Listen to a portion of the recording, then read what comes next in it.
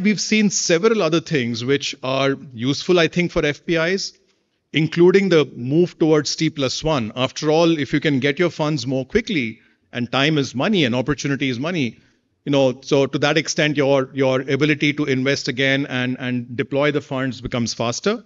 By the way, there were a lot of misgivings when we moved towards T+1 on whether this would actually work for the FPIs who are coming from different time zones.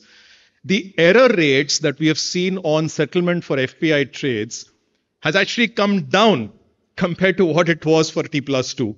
I'm not saying it's causality, but I'm just saying that the operations has been so smooth that frankly, we've not seen any problems at all as far as settlements is concerned.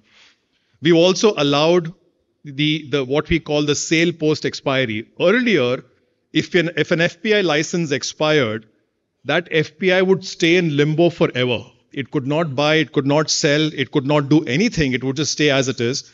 We've now allowed for a one-time exercise of liquidating your portfolio, as well as on an ongoing basis. Once your license expires, we've given a time frame as to what you could do so that you actually exit the country in a smooth manner. Likewise, we've also expanded the number of exemptions where we thought it's justifiable on the requirement of enhanced disclosures. Now, there was one item I wanted to speak about, which I mentioned in a different conference the last week as well. One change that we are bringing on from the next week is ensuring that FPIs can access their funds on the day of settlement itself. So today what happens is when you have a settlement on T+1, and let's say an FPI has sold securities, logically it should be able to take out the funds on T+1 itself. However, in reality, what happens is it's usually not able to do so until T+2 or T+3 or even beyond. And one of the reasons for that has been that the tax certificate required for actual settlement or for actual clearing of the funds has been delayed. Now, what we are doing from the next week onwards, from 9th of September onwards, is we are ensuring that the tax clearance comes from the vendors well in time before settlement happens on T+1, so that the custodian can actually remit out the funds on the same day on T+1 itself. So just to repeat, what used to happen was earlier, after the settlement was done, the custodian would send the list of the transactions to the tax consultant, who would then take half a day or 1 day to come back and say, this is what the tax incidence is. And then thereafter, the FPI would be in a position to draw out the funds. What we are saying is all this can be done the prior day itself. On T+0, on the day of trading itself, the clearing corporation can give the list of the trades to the custodian, who can pass it on to the tax consultant. Therefore, on T+1 early morning, the FPI will be able to access funds.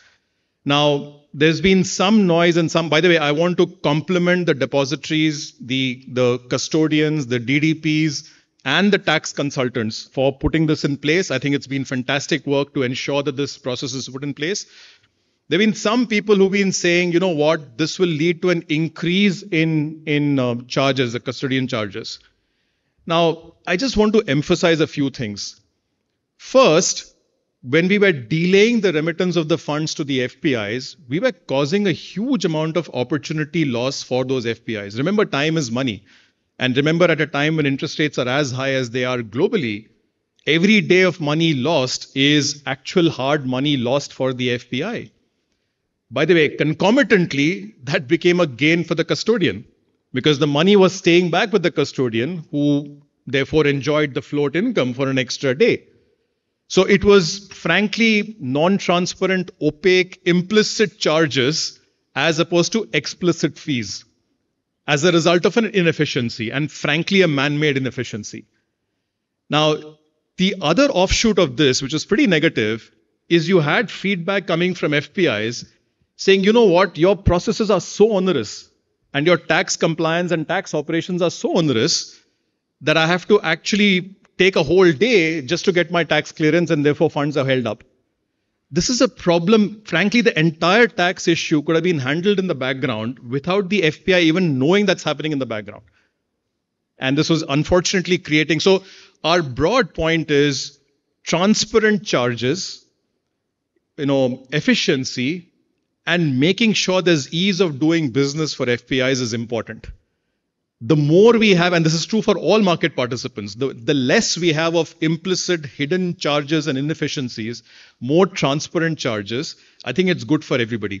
Will there be an increase in custodian charges because of this change? Sure, I mean, it's a competitive world.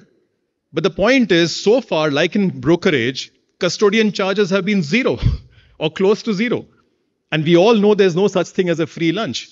So all we are saying is convert what is implicit, hidden, opaque charges into transparent charges in a competitive market, make it very clear, and do it in a form which is really ease of doing business for the foreign portfolio investors.